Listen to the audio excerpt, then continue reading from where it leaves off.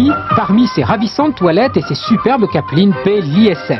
Un contribuable sur 100 imposable à l'impôt sur le revenu acquitte aujourd'hui cette taxe plus symbolique que rentable. Cela a en effet rapporté à l'État 7 petits milliards de nos francs en 93 et l'on prévoit seulement quelques 8 milliards cette année, ce qui représente environ 0,03% du patrimoine des ménages français. C'est pas grand-chose, c'est 90 fois moins que la TVA. Pour le consommateur moyen que vous êtes et que je suis, c'est évidemment rien. Donc c'est un impôt symbolique. C'est pas ce pourquoi au départ il a été créé. Peut-être, mais voici un impôt qui a trouvé aujourd'hui sa légitimité, sans que quiconque n'ose le remettre en cause.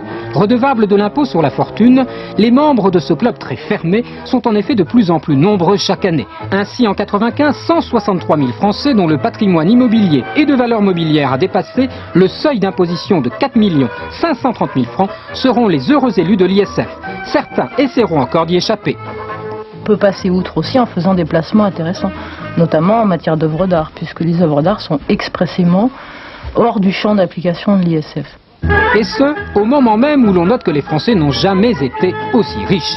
Il suffit de regarder par exemple chaque semaine la dernière page d'hebdo non confidentielle, comme le Nouvel Obs et l'Événement. C'est un véritable baromètre de la bonne santé des Français. L'impôt de solidarité sur la fortune est né dans la douleur, il prospère dans la douceur. C'est en effet le seul impôt qui aujourd'hui fasse l'unanimité. Souvenez-vous, tous les candidats à la présidence s'accordaient pour dire qu'il fallait tout changer. L'impôt sur le revenu, devenu un fouillis de vieilles vieilleries, la TVA, métamorphosée en un outil anti-européen, la taxe professionnelle, transformée en frein à l'embauche. Pas de remarque en revanche sur cet impôt de solidarité que chacun persiste à nommer impôt sur les grandes fortunes. Jacques Chirac a promis qu'il n'y toucherait pas. Lionel Jospin n'en a quasiment pas parlé, sauf pour signaler qu'il ne le payait pas. Il reste bien quelques velléitaires qui suggèrent d'imposer les œuvres d'art et l'outil de production, mais la sauce ne prend pas. Du côté des contribuables concernés, on fuit l'impôt, mais sans acharnement. Henri Elie vient de nous le montrer, malgré la crise, il y a de plus en plus de Français qui payent l'ISF.